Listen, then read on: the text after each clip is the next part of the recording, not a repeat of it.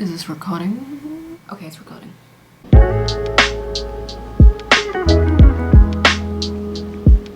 I'm gonna be talking about my experience as an international student house hunting in one of the most expensive cities in Canada. First things first, I was previously living with my roommate in a 1+10 situation which had 2 washrooms. It was very close to the St. George campus where I studied at. It was furnished, everything was included. We were just paying for hydro. The landlord was kind enough to pay for our internet, which was a big relief because for some reason internet and just data is very expensive in this country.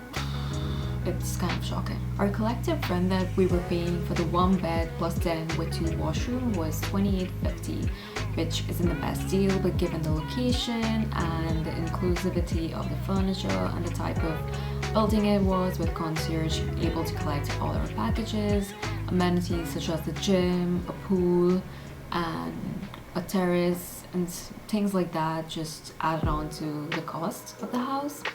But since it was a new apartment, most of these utilities weren't available until December of that year, and we signed our lease in September.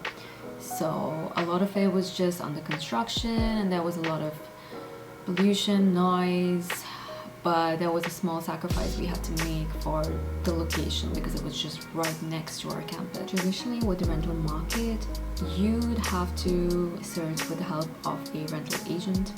Fun fact, you don't have to pay them at all since it's the landlords paying them for whenever they get the correct client that they want with the specific price range that they were expecting. So you should be making the most of their services since they're free. Now the previous condo that I got and the one which was $28.50, I found on Facebook Marketplace, so I did not have to worry about searching for any agents or having to pay any sort of additional deposits or costs. It's a lucky coincidence, and I truly believe that I would not have gotten that if it weren't without an agent in a normal scenario. It's very hard to get a condo in such a great location.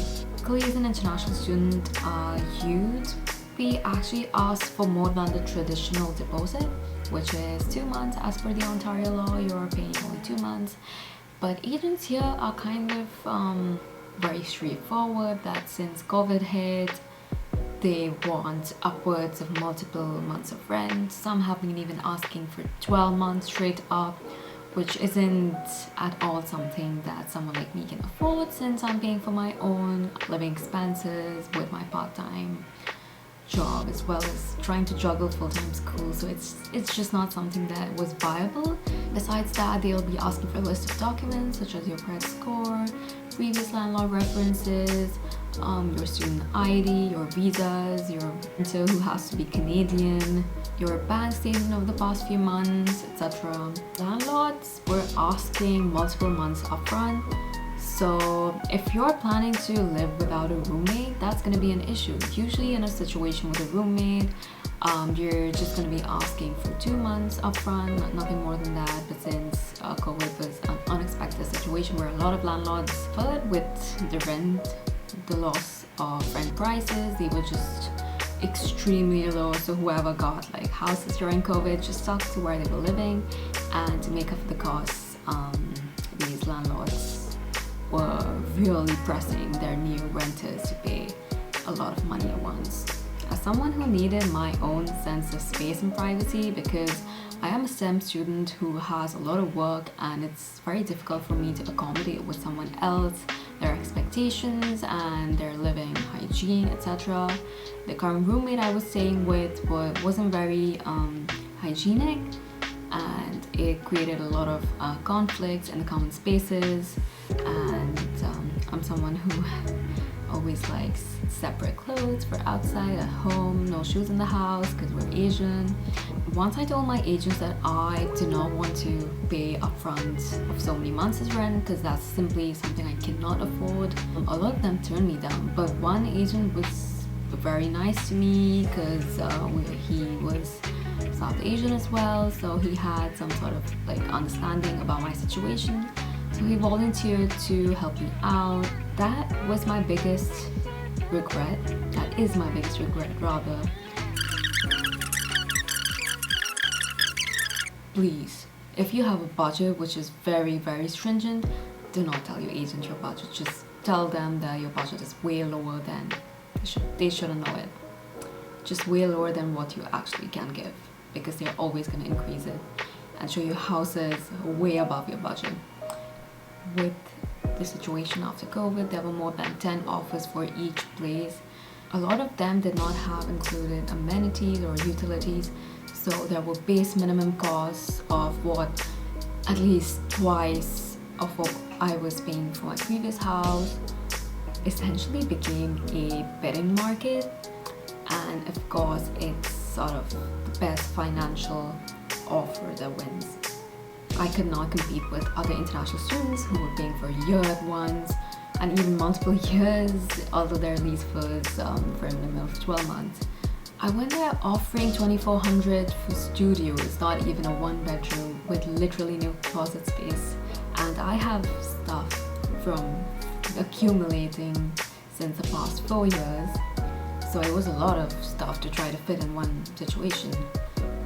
Now you'd ask why I didn't just get a roommate or search for someone new who could possibly help me out with sort of the finances and the living expenses. Truth be told, I have been living with a roommate these past 4 years that I was in Toronto. However, my experience living with each person was not easy. I'll be honest. It severely affected my mental health, my physical health, even my education, because a lot of it was dependent on the fact that I had ADHD and I was very prone to sensory overload. So if anyone made any noise, had people over, it was almost impossible for me to be able to concentrate on whatever deadline I had for that day. Student residences are extremely expensive, where you're forced to own a meal plan included, and I of course did not want to eat the sort of food that wasn't helping my health in the long run.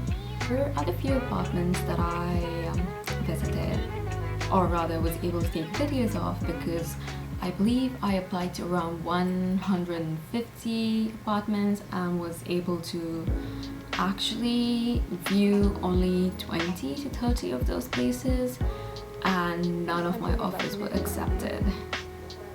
They're all very modern and unique, but I had qualms about each of these places, and in spite of putting down offers, I managed to not get any.